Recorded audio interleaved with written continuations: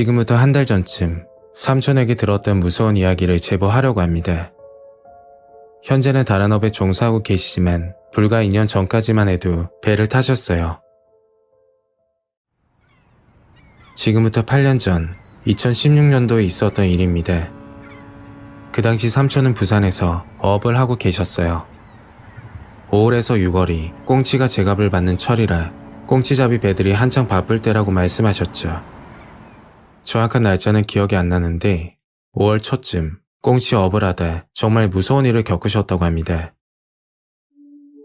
그날은 화창한 초여름 날씨였고 부산 감천항을 출발해 북태평양에서 꽁치 어획을 하는 코스였습니다. 한번 나가면 2일에서 3일 정도 후에 돌아오는데 꽁치 어류 특성상 그물에서 올라오면 고등어처럼 금방 죽어버린다고 하더군요. 그래서 산채로 잡는 건 불가능에 가깝기 때문에 신선도를 위해 짧은 어획을 한다고 하셨어요. 꽁치잡이는 그물을 걷기 시작하면 잠도 못 자고 30시간 이상 일을 해야 되는데 일이 정말 힘들어서 한국 사람보다 주로 외국인을 많이 쓴다고 합니다. 대부분 필리핀 쪽이나 인도네시아 외국인인데 일당도 저렴하고 일도 열심히 한다고 하더군요. 그렇게 삼촌은 한국 선원 4명과 외국 선원 6명을 태우고 꽁치배를 타게 됐죠. 어떤 일을 하던 마찬가지겠지만 꽁치잡이도 나름 직책이란 게 있었는데 선장과 조타수 그리고 작업반장이 있었다고 합니다. 말 그대로 선장은 최고 책임자이고 조타수는 선장 부재 시 선장 역할을 대신 한다고 했죠. 작업반장은 일을 하는 부분에서 가장 중요한 인원인데 반장의 역량에 따라 어획량이 결정이 될 정도로 이 바닥에서 날고 기는 사람으로 뽑힌다고 합니다. 삼촌은 작업반장과 친한 형동생 사이였는데 반장 소개로 그 배를 타게 됐다고 하더라고요. 배를 타기 하루 전날 삼촌과 반장 형님은 술을 한잔 했다던데 반장 형님이 말씀하시길 동생아 고생 안 시킬 테니까 희야 믿고 같이 가자. 돈을 아무리 준다고 해도 피하는 게 꽁치잡이인데 삼촌은 그 말을 듣고 배에 타게 됐죠. 드디어 목적지를 향해 출발했고 반장 형님이 작업 지시를 내렸답니다. 상자마다 노끈을 연결하는 일인데 꽁치를 담은 상자를 쉽게 옮기기 위해서 작업을 하는 거였죠. 노끈 작업은 쉬운 편이라서 한국인 선원들이 하게 됐고 힘든 그물 작업 준비는 외국인 선원이 맡았다고 합니다. 그렇게 일을 하던 중 인도네시아 선원 한 명이 불만이 있는 듯 소리를 질렀다고 하더군요. 그걸 보고 반장 형님은 군기가 빠졌다며 머리를 쥐어박고 한국에 왔으면 한국법을 따라야지. 그렇게 농담식으로 넘어갔다고 했죠. 국내 선원들은 작업 준비를 끝내고 쪽잠을 자기 위해 배 모서리 쪽 임시 천막을 설치해서 쉬고 있었다고 합니다. 보통 다른 어종을 잡는 어선이면 쉴 수 있는 공간들이 있다던데 대체적으로 꽁치잡이는 빠르게 어획하고 들어오는 편이라 일반 어선이 많았다고 해요. 천막 안에서 삼촌은 잠이 들었고 대략 30분 정도 지났을 때 선장님이 삼촌을 조용히 불렀답니다. 그리고 선장실에 들어가 소름 돋는 말을 들었다고 했죠. 김씨, 이 반장 어디 간 줄 아나? 10분 전부터 안 보이는데 느낌이 안 좋네. 선장님은 작업 지시를 내리기 위해서 반장 형님을 찾았지만 보이지 않았고 느낌이 이상해서 향일을 멈추고 해경을 불렀다고 하셨어요. 좁은 배에서 사람이 없어진다는 건 사망으로밖에 볼 수 없으니까 삼촌은 걱정도 되고 한편으로 정말 무서웠다고 합니다. 삼촌은 나머지 국내 선원들을 데리고 선장실로 들어왔고 문을 잠그고 해경을 기다리고 있었죠. 잠시 후 해경이 도착했고 선장님은 말씀하셨는데 저 사고가 난 것 같은데 선원 한 명이 안 보입니다. 결국 배를 조사하기 시작했고 잠시 후 충격적인 이야기를 듣게 됩니다. 2시간 전쯤 배가 출발하고 나서 그물 작업을 하고 있던 중 외국인 선원 한 명이 작업 반장에게 불만을 가졌다고 했죠. 그 이유가 한국인은 편한 작업을 시키면서 본인들은 힘든 것만 시킨다고 짜증이 났다고 합니다. 그 와중에 반장 형님이 다가와서 머리를 쥐어 박으니까 참을 수가 없었다고 하더라고요. 인도네시아 문화 정서상 머리를 때리는 것을 극도로 싫어하는데 반장 형님이 장난식으로 머리를 때리자 앙심을 품었다고 합니다. 배 안을 수색하던 중 수상한 혈흔과 범행에 사용된 것으로 보이는 흉기가 발견됐고 결국 외국인 선원 중 한 명에게 자백을 받았다고 했죠. 삼촌이 배 한쪽 편에 천막을 치고 국내 선원들과 쪽잠을 자고 있을 때 반장 형님은 천막 밖에서 쉬고 계셨다고 합니다. 배 난간에 앉아 잠깐 눈을 붙인 사이 흉기에 가격을 당했고 반장 형님은 바다에 던져졌던 거죠. 범인은 모든 범행을 혼자서 했다고 자백을 했다던데 삼촌이 볼 때는 분명 공범이 있을 거라 생각을 하셨어요. 좁은 배 안에서 흉기로 가격하고 물에 던져지는 모습을 아무도 보지 못했다는 게 상식적으로 이해가 가지 않았답니다. 해경도 그 부분을 의심했던 상황이라 인도네시아 외국인 선원들은 해경으로 갈아타고 삼촌과 국내 선원들은 다시 항구로 돌아왔다고 하더라고요. 배에서 내리자마자 복잡 미묘한 감정 때문에 한참을 우셨다고 합니다. 이 바닥에서 정말 열심히 살았던 형님인데 그렇게 처참하게 가실 줄은 꿈에도 생각하지 못했다고 하셨죠.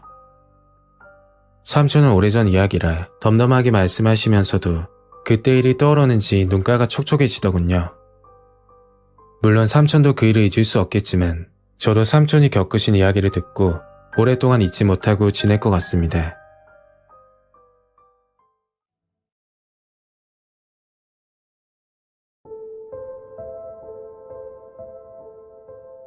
(10년) 전 겪었던 실화입니다.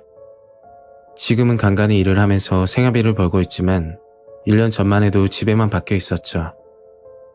그때 일을 생각하면 너무 끔찍합니다. 그 당시 20대 초반, 말하기 힘든 내용이지만 저는 10대부터 사고를 많이 치는 탓에 전과 기록이 있었습니다. 폭력적인 부분 때문에 징역을 살다 나왔고 정말 후회하며 반성을 많이 했었죠. 성인이 되고 군대를 다녀오고 나서 정말 이렇게 살면 안 되겠다는 생각이 들더군요. 그날 밤 부모님께 앞으로 사람답게 살겠다, 지켜봐달라고 말씀드리고 나서 취업 자리를 알아보고 있었습니다. 인터넷 알바 사이트를 보고 있었는데 나이는 통과지만 학력에서 걸리는 부분이 많더라고요. 사실 저는 고등학교를 자퇴하고 검정고시를 준비했지만 졸업장을 따지 못한 상태였습니다. 간단한 알바면 상관없겠지만 4대 보험이 되는 직장을 들어가려고 했기 때문에 문제가 되더군요. 한참 일자리를 알아보고 있다가 담배가 떨어져 편의점으로 향했습니다. 담배를 사고 집 근처 골목에서 한 대 피우고 있는데 전봇대에 광고 전단지가 붙어 있더라고요. 남자 직원 급구, 4대 보험 가능, 학력 무관이라고 적혀 있었고 그 밑에 전화번호가 나와 있었죠. 저는 전화번호를 저장하고 나서 집으로 들어가 일찍 잠자리에 들었습니다. 다음날 10시쯤 전단지에 나와 있는 번호로 전화를 걸었는데 그곳은 일자리를 구해주는 직업 소개소라고 하더군요. 결국 이력서를 들고 사무실에 방문하라는 이야기였습니다. 한참 고민하다 이력서를 들고 사무실에 찾아갔고 담당자는 원하는 조건을 말해보라고 하더군요. 저는 4대 보험이 되는 직장을 원한다고 말을 하니까 일단 집으로 가서 기다리라고 말을 하셨죠. 그리고 다음날 좋은 소식을 들을 수 있었습니다. 집과 거리는 좀 있었지만 평택에 좋은 자리가 있다고 하더군요. 기숙사까지 제공한다고 하니까 규모가 어느 정도 되는 것 같았고 요즘 불경기에 이만한 곳이 없다고 몇 차례나 강조를 하더라고요. 일주일이 지나 간단한 건강검진을 받고 나서 취업을 하게 되었습니다. 경기도 평택에 위치하는 가스통을 만드는 회사였고 직원은 20명 정도 된다고 했죠. 부모님도 좋아하시고 저도 열심히 해서 저축도 하고 좋은 여자 만나서 결혼까지 생각하며 큰 꿈을 가졌습니다. 입사 첫날 기숙사에 들어가 짐을 풀고 첫 출근을 했죠. 제가 맡은 업무는 사출이라는 파트였는데 가스통 모양을 잡아주고 제품을 넣었다 빼는 단순한 작업이었습니다. 그렇게 일을 하다가 점심시간이 되었고 작업 반장이 신입사원들에게 말을 하더군요.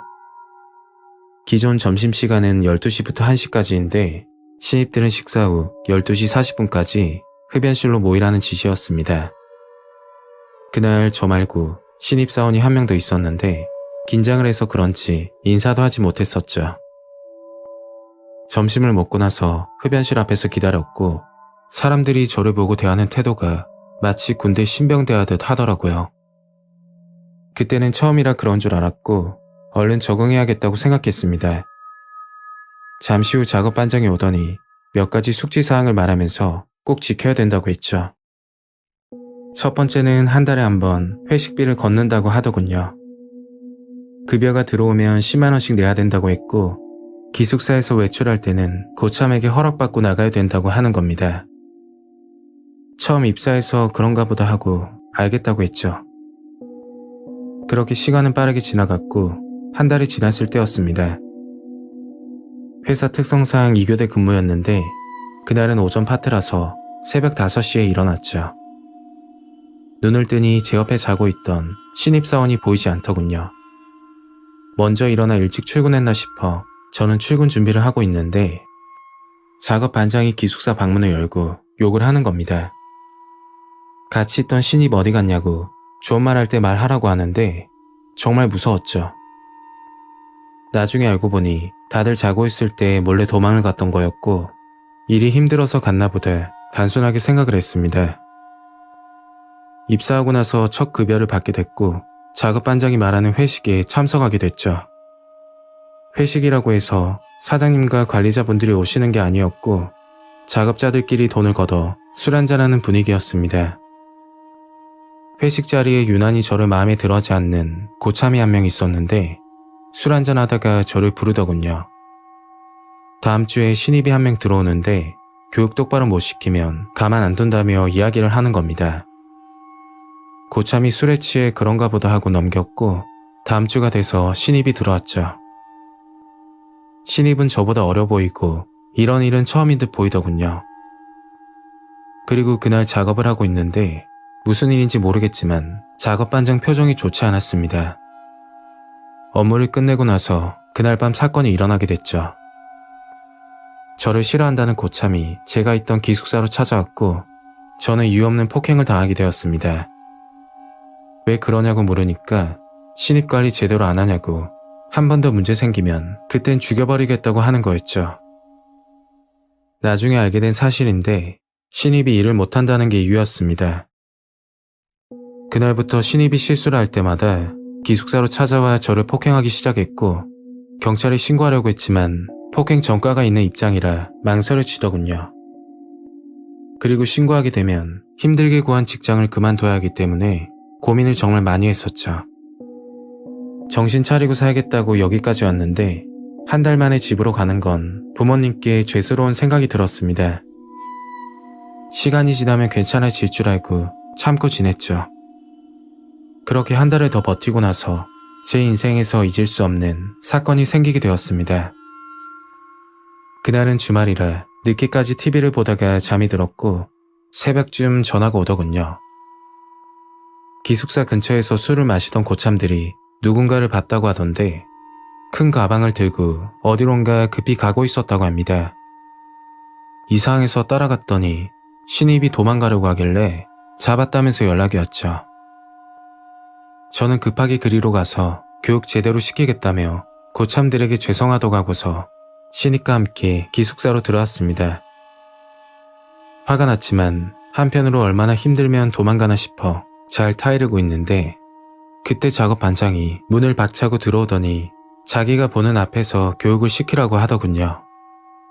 제가 머뭇거리고 있으니까 네가 교육 안 시키면 내 손에 죽을 거라면서 이야기를 하는 겁니다.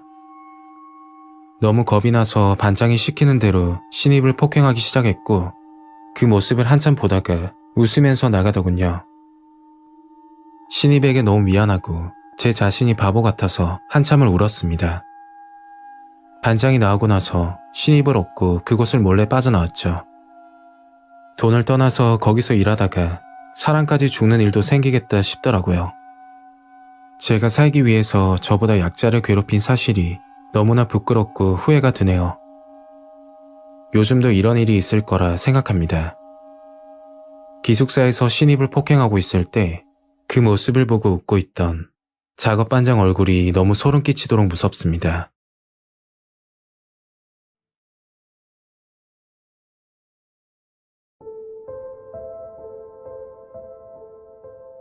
때는 2년 전에 있었던 이야기입니다. 피해자는 저와 가장 친한 친구였고 그 일이 있고 나서 친구는 정신적인 고통으로 정말 힘든 날을 보냈습니다.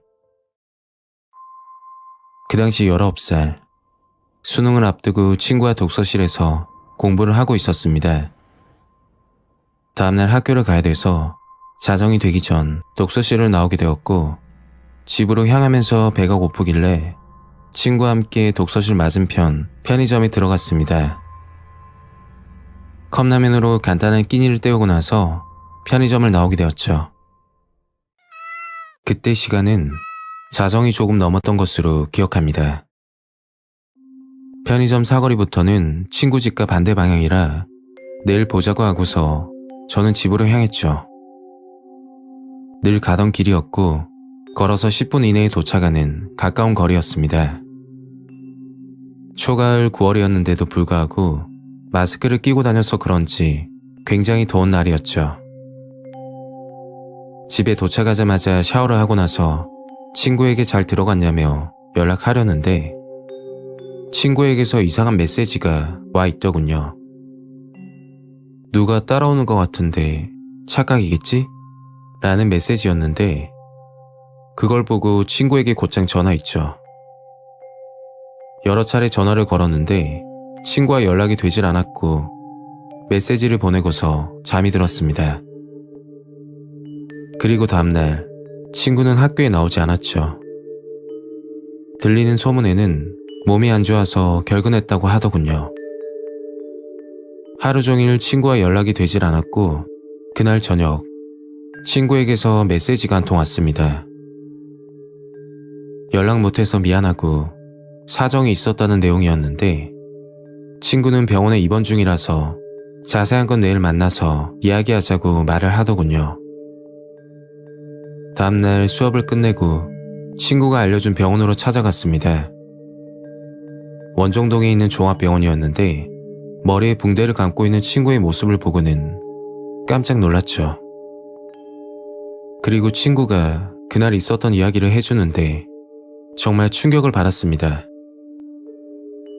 며칠 전 편의점 사거리에서 저와 헤어지고 집으로 가고 있었는데 뒤에서 누가 따라오는 느낌이 들었다고 하더군요.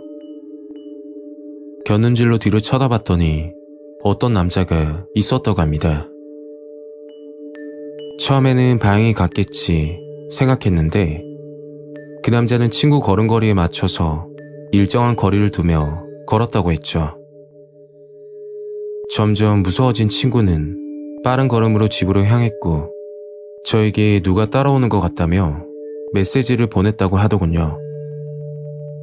왜 경찰에 신고하지 않았냐고 물으니까 피해 본 것도 없고 그냥 길 가던 사람일 수도 있으니까 신고하는 건 섣부르다고 생각을 했다고 합니다. 그리고 시간이 늦어서 부모님께 연락하기도 애매했다고 하더군요. 친구 집은 골목 사이에 있는 주택이었는데 자정이 넘은 시간이라 지나가는 행인도 없었다고 합니다. 친구는 뒤에서 따라오는 남자를 먼저 보내기 위해서 골목으로 들어가지 않고 근방에 보이는 4층짜리 상가로 들어갔다고 하더군요. 상가 1층에서 그 남자가 지나가길 기다리고 있는데 그때 그 남자가 골목으로 가지 않고 방향을 틀어 상가로 들어왔다고 했죠. 정말 소름 끼치는 사실은 그 남자가 들고 있는 물건이었는데 오른손에 빨간색 벽돌을 들고 있었다고 합니다. 그리고 천천히 친구에게 다가왔고 친구는 상가 계단으로 도망쳤다고 했죠. 2층, 3층, 결국 마지막 층인 4층까지 그 남자는 벽돌을 들고서는 미친 듯이 친구를 따라왔고 숨을 곳이 필요했던 친구는 다급하게 여자 화장실로 들어갔다고 합니다. 화장실 안으로 들어가서 문을 걸어 잠그고 좌변기에 앉아 있었는데 화장실 밖에서 누가 들어오는 소리가 났다고 했죠. 그리고 친구가 앉아있던 화장실 문을 발로 걷어차다가 갑자기 조용해졌다고 합니다. 직감적으로 그 남자라고 생각했고 그 틈을 타서 경찰에 신고를 했다고 했죠. 그런데 그때 친구가 고개를 들어 화장실 천장을 쳐다봤더니 그 남자가 친구를 노려보고 있었다고 하더군요. 너무 섬뜩하고 무서워서 화장실 문을 열고 도망치려는데 뒤통수가 뜨거워지는 느낌을 받았다고 합니다. 그건 그 남자가 가지고 있던 벽돌로 친구 머리를 내리친 것이죠. 친구는 화장실에서 살려달라고 미친 듯이 소리를 질렀다고 합니다. 정말 다행이었던 게 상가 4층에 PC방이 있었는데 PC방에서 알바를 하던 직원이 살려달라는 소리를 듣고서 화장실로 뛰어왔다고 했죠. 알바생이 그 남자를 제지하는 과정에도 제 친구를 폭행하려고 난리를 쳤다고 합니다. 잠시 후 경찰이 도착했고 현장에서 그 남자는 검거되었다고 했죠. 친구는 곧장 병원으로 이송됐고 다행히도 두개골 골절상은 아니었고 머리에 심한 상해를 입어서 전치 3주라는 진단을 받게 되었죠. 상처는 아물었지만 정신적 충격이 가시기도 전에 그 남자 소식을 듣게 되었습니다. 사건이 일어나고 5개월이 지났을 때였죠. 그 남자를 조사하는 과정에서 밝혀진 내용인데 친구를 따라와서 친구 머리에 벽돌을 가격했던 이유를 물어보니까 기분이 나빠서 그랬다고 하더군요. 그런데 제 친구가 기분을 나쁘게 한 게 아니었고 그 남자가 일하는 직장에서 부당한 대우를 받고 이직을 해야 되는 상황이 되자 화가 나서 그랬다고 합니다. 결론적으로 친구는 묻지마 범죄를 당한 거였죠. 더 섬뜩했던 사실은 과거에도 3차례나 폭력 범죄로 처벌받은 경력이 있었다고 합니다.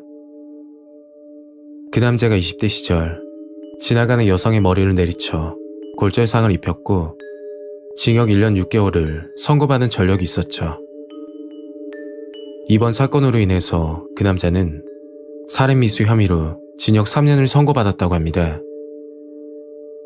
일면식도 없는 남자가 본인 기분이 나쁘다는 이유로 그런 행동을 하고서 조사 과정에서 이렇게 말을 했다고 합니다. 기분이 나빠서 벽돌로 머리를 내리친 것은 맞지만 죽이려는 마음은 없었다고 했다더군요. 그리고 반성하는 모습은 전혀 보이질 않았다고 했죠. 그 남자는 2024년에 출소 예정이고 부천시 원정동에 자주 나타난다고 합니다.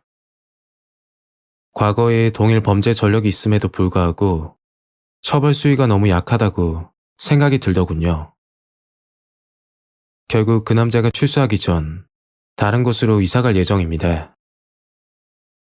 부천에 사시는 여성분들은 밤늦게 뒤를 따라오는 남자를 만나면 정말 조심하셔야 될 것 같아요. 그 남자는 짧은 스포츠 머리에 볼살이 없는 마른 체형입니다. 친구와 저는 그날 있었던 일을 생각하면 온몸에 소름이 돋고 너무 무섭기만 합니다.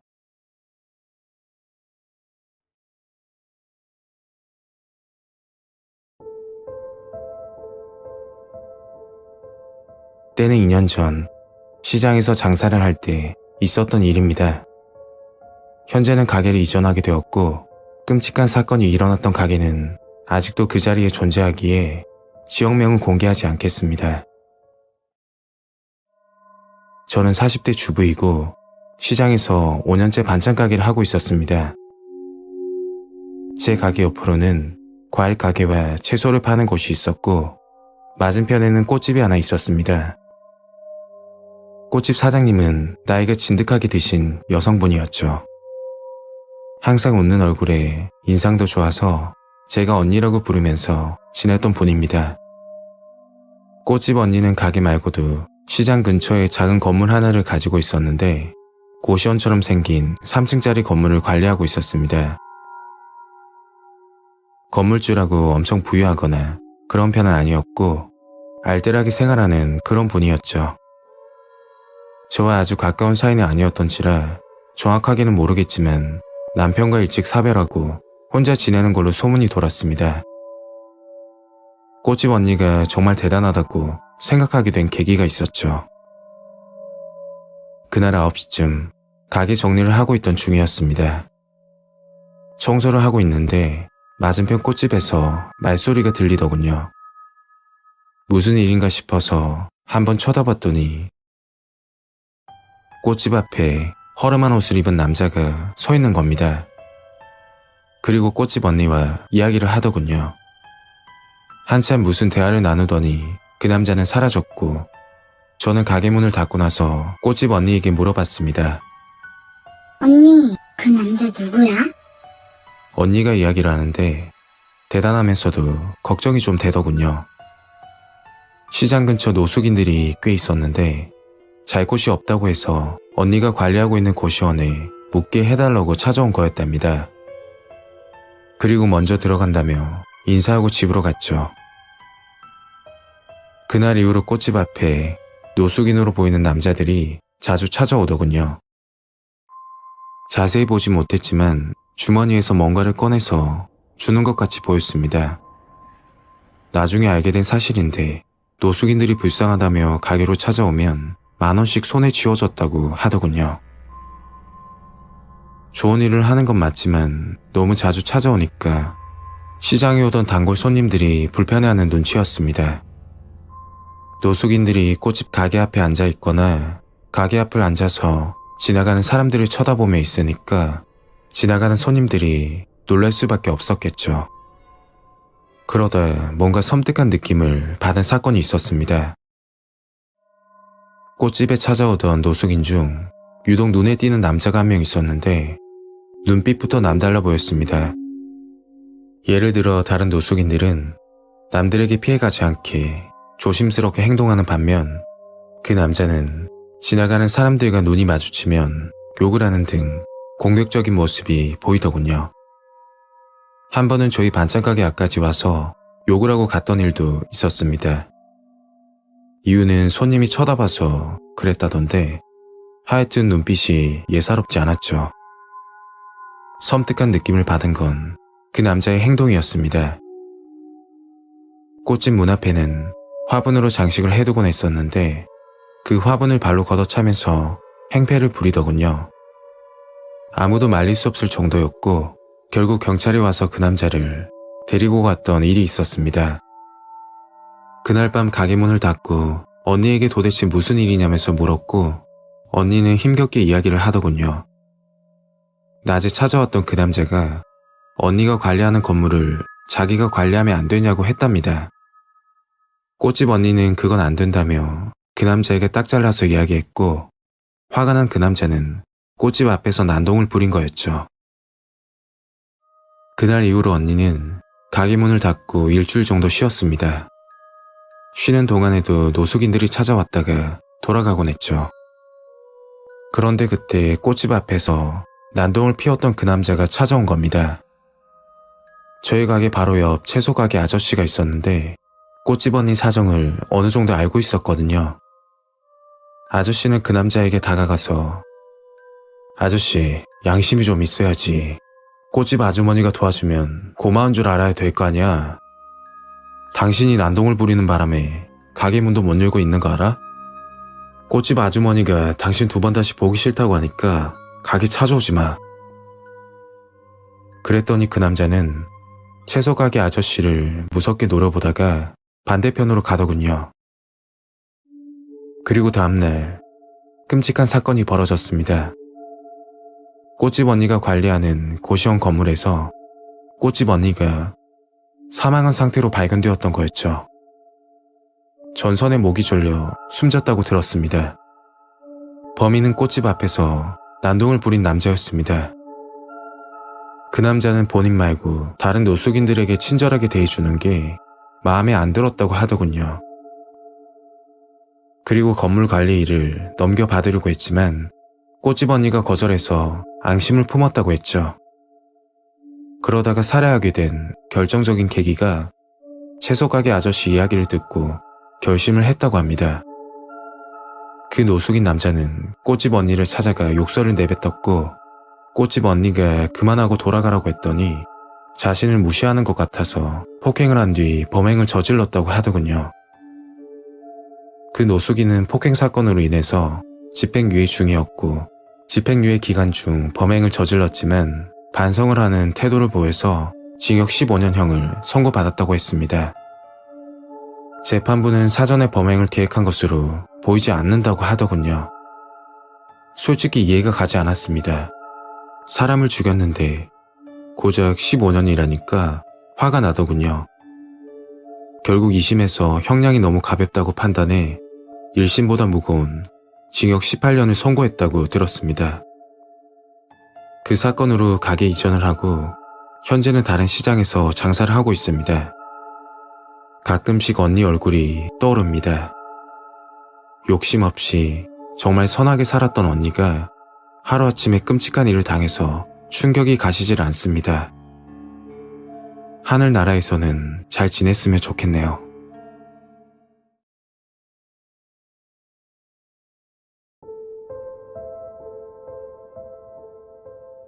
가끔 그 친구 얼굴이 기억이 납니다. 지금부터 들려드리는 이야기는 제가 겪은 실화이며 정말 충격적이라 아직도 잊지 못하고 있습니다.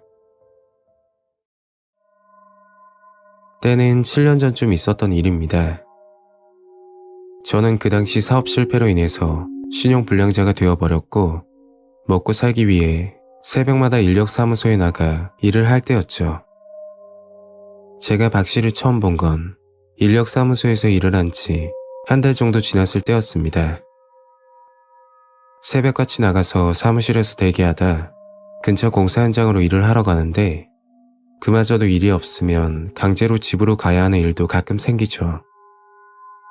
그래서 사무실에 모인 사람들 표정을 보면 대부분 표정이 밝진 않습니다. 그런데 박 씨는 달랐죠. 얼굴에 여유가 넘치고 매사에 긍정적이어서 그런지 주변 사람들과 금세 친해지더군요. 그러다 일을 끝내고 평소 친하게 지내던 작업 인부들끼리 술 한잔을 하게 되었습니다. 술을 마시다 박 씨 이야기가 나왔고 박 씨를 술자리에 부르게 됐죠. 아마 그때부터 박 씨와 친해지게 되었던 것 같습니다. 저와 비슷한 점이 하나 있었는데 박 씨도 사업 실패로 인해 일을 시작하게 된 점이었죠. 하지만 저는 혼자 사는 처지이고 박 씨는 고등학생 자녀가 둘이나 있어서 하루 일당을 받으면 10,000원만 남기고 아내에게 송금한다고 하더라고요. 혼자서 먹고 살기도 힘든 처지에 정말 대단하다고 생각이 들었고 나이는 저보다 2살 어리지만 본받아야 될 점이 많았습니다. 그렇게 박 씨와 친해지고 3개월 정도 지났을 때였죠. 늘 표정이 밝았던 박 씨가 그날따라 안색이 좋지 않더군요. 어디 아프냐고 물어보니 괜찮다고만 대답을 하고서 자리를 피하더라고요. 말 못할 사정이 있겠지 하고서 그냥 넘겼습니다. 그날부터 박 씨 표정은 늘 어두웠고 불과 3개월 전과 지금 너무 다른 사람이 되어 있었죠. 그리고 일을 하다 다른 생각을 했는지 앞을 보지 못하고 넘어져 손가락 골절상까지 당하고 말았습니다. 그 후로 박 씨는 더 이상 인력사무소에 나오지 않았고 박 씨에 대한 기억이 점점 잊혀져 갈 때쯤 같이 일하는 인부에게 충격적인 소식을 듣게 되었죠. 그건 박 씨가 고인이 되었다는 이야기였습니다. 그리고 자세한 내막을 듣고 나서 왜 말을 못하고 그런 선택을 한 건지 조금이나마 알 것 같았죠. 박 씨 가족은 울산에 거주해서 박 씨는 주말마다 찾아가 가족들과 시간을 보냈다고 하더군요. 그러다 어느 날 가족들 얼굴을 보기 위해서 집으로 들어갔는데 집안에 아무도 없었다고 합니다. 그리고 아내와 통화도 되지 않았다고 했죠. 집에서 한참을 기다리고 저녁이 돼서야 아이들과 아내가 집으로 돌아왔는데 아내 표정이 정말 이상했다고 합니다. 뭔가에 홀려있는 표정이었다고 했죠. 말을 걸어도 피곤하니까 나중에 이야기하자고 하면서 자리를 피했다고 하더군요. 아이들에게 물어봐도 엄마가 말하지 말라고 했다던데 아내도 그렇고 아이들도 점점 이상해지기 시작했다고 합니다. 박 씨는 이대로 안 되겠다 싶어서 아내를 미행하기로 했고 일을 가는 것처럼 하고서 집으로 나온 뒤 외출하는 아내를 뒤쫓기 시작했죠.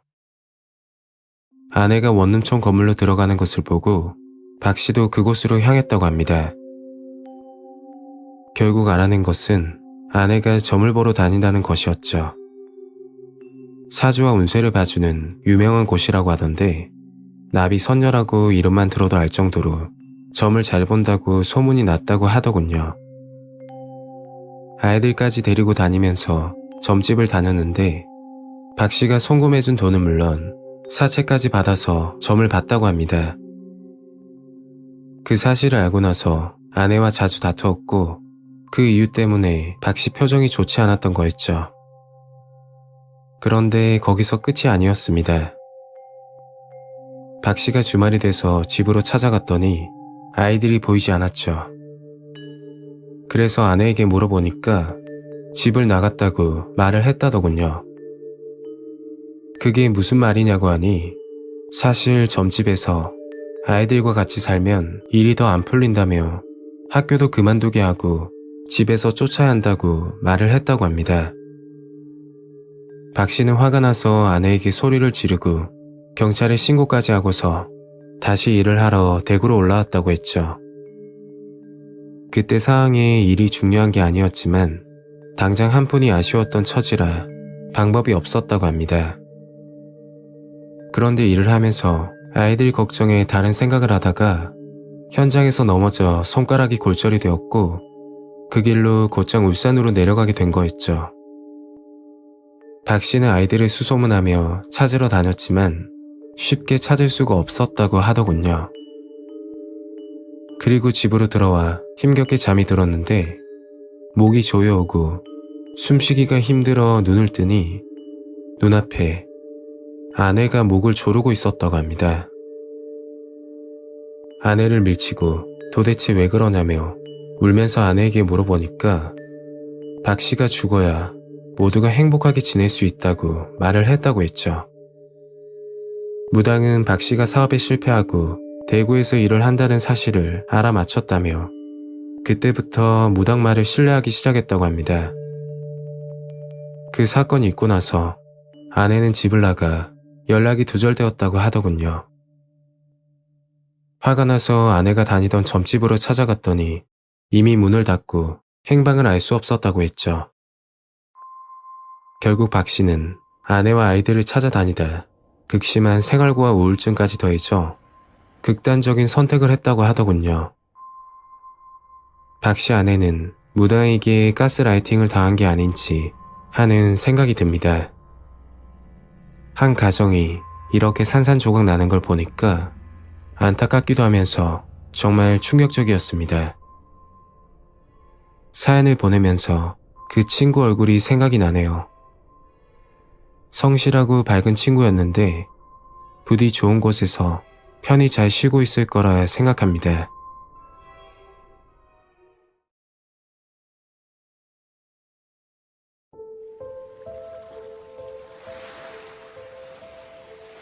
제가 학원 강사로 일을 할 때 있었던 일입니다. 강사 일은 그만두고 시간이 꽤 흘렀지만 아직도 나타나지 않을까 너무 불안합니다. 때는 4년 전, 대학교를 졸업하고 취업을 준비하던 때였죠. 전공은 미술이었는데 전공을 살려 취업을 하려니까 입맛에 맞는 자리를 찾기 힘들었습니다. 그러다 평소 친하게 지내던 대학교 선배가 일자리를 소개해 주더군요. 대구 수성구에 위치하는 미술학원이었는데 학교 선배 지인이 학원 원장이라서 근무 조건을 맞춰 주신다고 하더군요.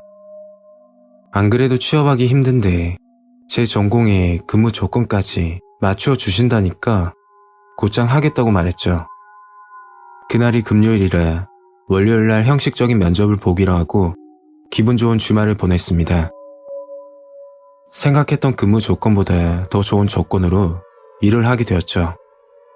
미대 입시 전문학원이었고 학생 인원은 15명 정도였습니다.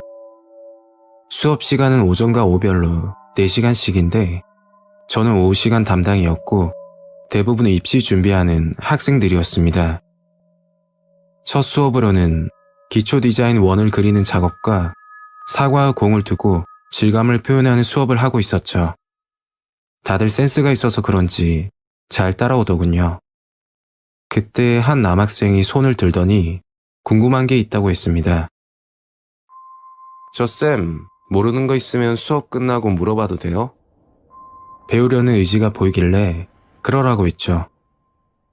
오후 수업이 끝나고 퇴근하기 위해 학원 문을 나서는데 뒤에서 누가 부르더군요. 뒤를 돌아봤더니 아까 수업을 듣던 남학생이었습니다.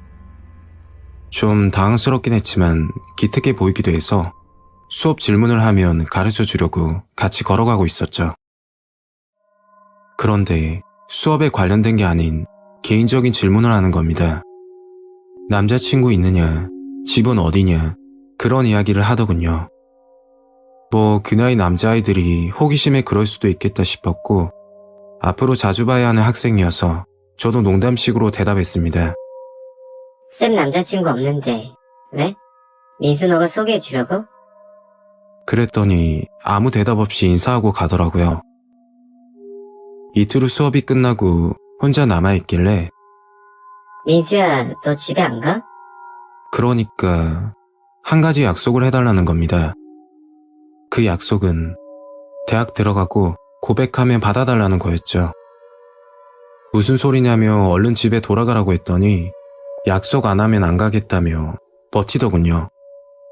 그때 저는 이러다 말겠지 라고 생각하고 잘 타일러서 집에 보냈습니다. 6개월쯤 지나 민수와 다른 아이들은 대학을 진학하고 새로운 아이들로 채워졌습니다. 마음이 한결 가벼워지더군요. 민수가 대학을 진학했으니 더 이상 볼 일 없다고만 생각했죠. 무서웠던 일이 벌어지기 시작한 건 그날 학원 수업이 끝나고 집으로 돌아가던 길이었습니다. 여자 혼자 어두운 골목을 지나고 있으니까 무섭기도 해서 항상 친구와 통화를 하며 집으로 가곤 했었죠. 그런데 그날은 꼭 누가 뒤따라오는 기분이 들더군요. 친구와 통화를 하면서 몇 번이나 뒤를 돌아봤지만 아무것도 없었고 느낌이 좋지 않아서 빠른 걸음으로 집으로 향했습니다. 집에 닿았을 무렵 통화를 끝내고 현관 비밀번호를 누르는데 오랜만이에요 하면서 낯익은 목소리가 들리더군요. 그 순간 정말 깜짝 놀랐습니다. 뒤를 쳐다봤더니 민수가 서 있더라고요. 야 놀랬잖아. 너 근데 우리 집은 어떻게 알았어? 민수는 저를 놀래켜 주려고 몰래 뒤따라오고 있었다고 말하더군요. 웃으면서 그렇게 말을 하니까 여자인 입장에서 좀 무서웠습니다. 시계를 보니 저녁 10시가 다 되어 가길래 민수야 늦었으니까 얼른 집에 가야지. 말하고 들어가려는데 제 팔을 당기며 못 들어가게 막더군요. 그리고는 사귀자면서 힘으로 몰아붙이는데 너무 무서웠습니다. 주변에 도와줄 사람은 없고 힘으로는 안 되니까 저는 소리를 지르면서 반항했고 그 소리를 듣고 나온 주민분이 괜찮냐면서 뛰어오시더군요. 민수는 혼자 욕을 하다가 급히 도망갔습니다. 그날 이후 곧장 부모님 댁으로 갔고 학원 원장님께 말씀드려 한 달간 휴가를 냈죠. 그 집에 있다가는 또 찾아올 게 뻔했으니까요. 그런데 일주일 정도 지나 민수와 다시 마주치게 되었습니다. 너무 소름 돋았던 게 부모님 댁 근처에서 민수를 봤던 거였죠. 엄마와 마트에서 장을 보고 차에서 내리는데 선생님 안녕하세요 하길래 봤더니 민수였습니다. 저희 엄마께 인사하고 나서 좋은 대학 갔다고 고마워서 찾아왔다고 둘러대더군요.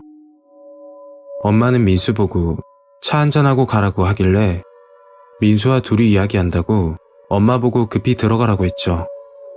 그리고 민수에게 말했습니다. 너 한 번만 더 찾아오면 경찰에 신고한다?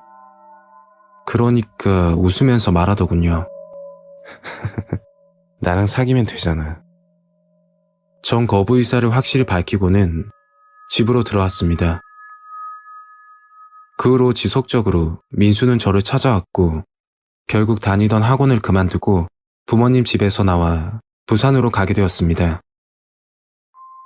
제 사정을 들은 학원 원장님께서 부산의 강사 자리를 소개해 주셨고 민수와 마주치지 않기 위해서 결정을 한 것이죠.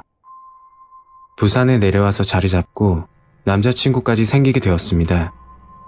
과거 안 좋은 기억은 점점 잊혀져 가고 있을 때였죠.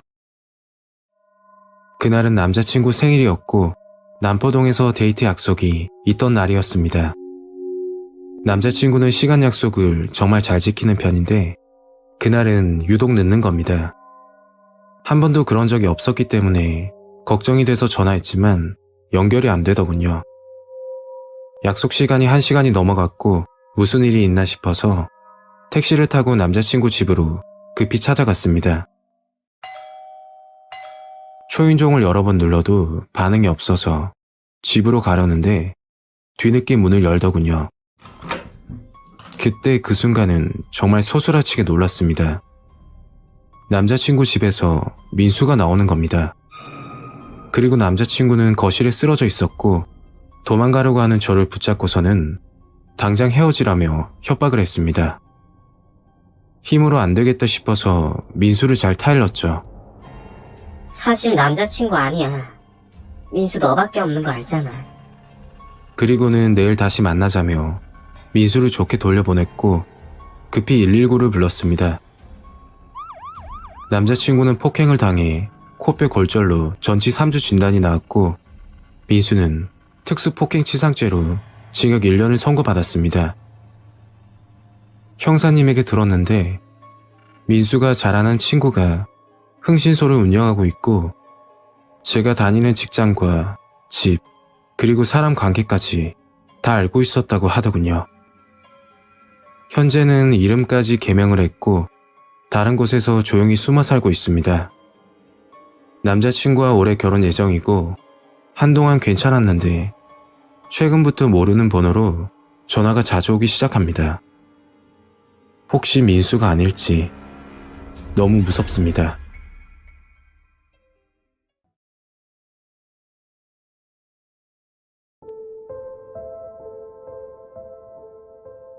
때는 5년 정도 지난 일인데요.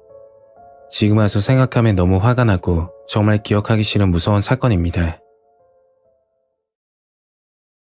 저는 전남 순천에서 애견 미용샵을 운영하는 30대 여성입니다. 20대 때부터 집에서 나와 혼자 살았는데 이곳으로 이사 오기 전 정말 무서운 일을 겪게 됩니다. 5년 전 저는 애견 미용사 자격증을 따고 애견 미용실 창업을 준비할 때였죠. 이곳저곳 알아보다 좋은 자리가 있었는데 권리금까지 없어서 곧장 계약을 했습니다. 인테리어 공사는 한 달 정도 진행이 됐고 그렇게 애견 미용샵을 오픈하게 됐죠. 오픈 전부터 카페나 단톡방에서 홍보를 많이 했던 탓인지 예약 손님이 꽤 있었는데 초창기에는 긴장도 많이 하고 손이 느려 하루에 2마리 정도 미용을 했었어요. 가게 오픈을 하고 한 달 정도 지났을 때 저와 비슷한 또래로 보이는 여자 손님이 찾아왔죠.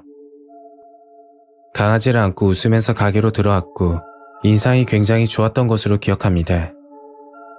강아지를 맡기고 난 뒤 2시간 정도 지나 여자는 다시 가게로 찾아왔는데 미용이 너무 잘 됐다며 엄청 좋아하시더라고요. 처음 미용을 하고 나서 저희 가게 단골 손님이 됐고 그 당시는 그렇게 무서운 여자인 줄을 상상도 하지 못했습니다. 그 여자 직업은 공인중개사라고 하던데 사무실 위치도 저희 가게에서 멀지 않은 편이었습니다. 그렇게 애견샵을 운영한 지 1년 정도 지났을 때쯤 제가 그 여자에게 따로 연락을 하게 됐죠. 저는 연식이 오래된 빌라에 살고 있었는데 살던 집에서 조그만 문제가 생겨 이사를 해야 되는 상황이었습니다. 집에 문제가 있으면 집주인과 해결을 보면 되겠지만 층간소음에 관련된 문제라 너무 힘들어서 이사를 결정한 거죠. 아직 계약 기간도 6개월 정도 남은 상태였고 애견차 근방으로 집을 보기 위해서 그 여자에게 연락을 했던 겁니다. 저는 쉬는 날 여자가 일하는 부동산 사무실로 찾아가 이야기를 나눴고 잘 아는 사이라 그런지 본인만 믿으라고 하더라고요. 그리고 마침 가게 근처에 신축 빌라가 있어 방을 보게 되었고 이사는 한 달 뒤에 하기로 하고 이야기를 끝냈습니다. 문제는 전에 살던 집이었는데 이사를 한다고 해도 계약 기간이 남아있어 보증금은 물론 집이 빠지기 전까지 월세를 줘야 하는 게 문제였죠. 부동산에 들리고 나서 일주일 정도 지났을 때 그 여자에게 전화 한 통이 걸려왔어요. 집을 본다는 사람이 있는데 지금 보여줄 수 있냐고 물었고 아시다시피 예약 손님이 있으면 움직일 수가 없는 직업이라 지금은 바빠서 힘들겠다고 말했죠. 그러니까 집 비밀번호를 묻길래 어차피 집은 빨리 빼야 하고 처음 보는 사람도 아니어서 문자로 비밀번호를 알려줬습니다. 집을 보러 오는 사람들은 많았지만 정작 계약하려는 사람이 없다고 했고 이삿날이 가까워지기 시작할 때 정말 무서운 일을 겪게 됐죠. 그날은 가게 문을 닫고 평소보다 일찍 집으로 향했습니다. 집으로 도착해 옷을 갈아입고 늦은 저녁을 먹으면서 TV를 보고 있었어요. TV를 보다가 자정이 가까워졌을 때 얼굴 팩을 하려고 방으로 들어가 누웠고 그냥 있으려니 심심해서 이어폰까지 귀에 꽂고 노래를 듣고 있었어요. 그렇게 30분가량 누워있다 물 한 잔 마시고 자려던 참이었죠. 침대에서 일어나려고 하는데 어디선가 발자국 소리가 들렸고 그때는 위층에서 나는 소린 줄 알았습니다. 층간소음이 너무 심해 위치과 자주 싸우고 이사까지 하는 상황이라 혼자 욕을 하면서 주방 쪽으로 걸어갔어요. 냉장고에서 생수를 꺼내 물을 마시려고 하는데 순간 이상한 느낌이 들었죠. 저는 평소 손힘이 약한 편이라 물이나 음료수 뚜껑을 살살 닫는 습관이 있었어요. 그런데 아무리 힘을 줘도 열리지 않는 겁니다. 불과 2시간 전쯤 저녁을 먹고 나서 물을 마셨는데 도무지 이해가 가지 않았죠. 그때 등골이 서늘해지는 느낌이 들었고 불을 켜서 뒤를 쳐다보면 안 될 것 같다는 생각이 드는 겁니다. 저는 아무 일도 없다는 듯이 냉장고를 닫고 방으로 들어가 친오 오빠에게 문자를 보냈죠. 거실에 누가 있는 것 같긴 한데 확실치 않으니 경찰에 신고는 하지 못했고 불을 켜고 확인하는 것도 무서워서 오빠에게 연락을 했었어요. 친오빠는 저희 집과 20분 정도 떨어진 아파트에 살고 있었는데 제 문자를 보고 금방 오겠다고 했죠. 저는 방문을 잠그고 자는 척을 하며 오빠를 기다렸고 그때 누군가 방으로 들어오려고 손잡이를 천천히 돌리는 겁니다. 그 순간 너무 소름 끼치게 무서웠고 진짜 공포를 느끼면 그 자리에서 얼어붙는다는 말을 들은 적이 있는데 정말 그 느낌이었어요.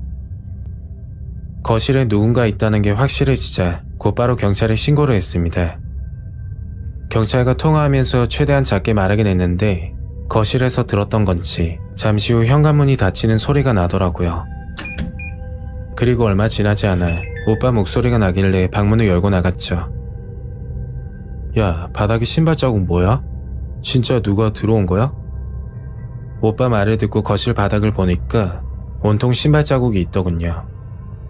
좀 전에 물을 마시려고 주방으로 나왔을 때는 불을 끈 상태라 보지 못했던 거죠. 그런 이야기를 하고 있을 때 경찰이 도착했고 누가 집에 들어온 것 같다며 말을 했었어요. 그 사건이 있고 나서 이사 전까지 오빠네 집에서 지냈고 며칠이 지나 범인을 잡았다는 소식을 듣게 됐죠.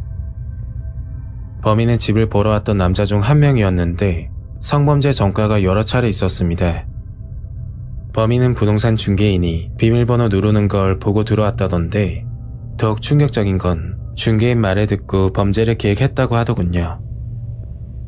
집을 보여주면서 이 집은 젊은 아가씨 혼자 사는 집이라 깨끗하다는 이야기를 듣고 범죄를 생각했답니다. 더 화가 나는 사실은 비밀번호를 누를 때 입으로 소리를 내면서 눌렀다고 했죠. 저는 그 여자에게 전화해서 따지고 들었더니 본인은 그런 적 없다고 오히려 화를 내는 겁니다. 그래서 범인이 자백을 했다고 몰아붙이니까 갑자기 웃으면서 섬뜩한 말을 하더라고요. 내가 그랬다는 증거도 없고 지금 살고 있는 집도 어딘지 아니까 조용히 넘어가자. 뭔가 알고 있는 식으로 말을 했었죠. 그게 그 여자와 마지막 통화였고 2번 다시 애견샵에 찾아오지 않았습니다. 만약 눈치를 채지 못하고 거실불을 켰더라면 상상만 해도 끔찍합니다. 의도적으로 그런 건지는 확실히 알 수 없지만 그때에만 생각하면 너무 무섭고 2번 다시 겪고 싶지 않은 정말 섬뜩한 경험이었습니다. 오늘 이야기는 여기까지입니다. 구독과 좋아요 잊지 않으셨죠? 다음 영상으로 또 뵐게요. 감사합니다.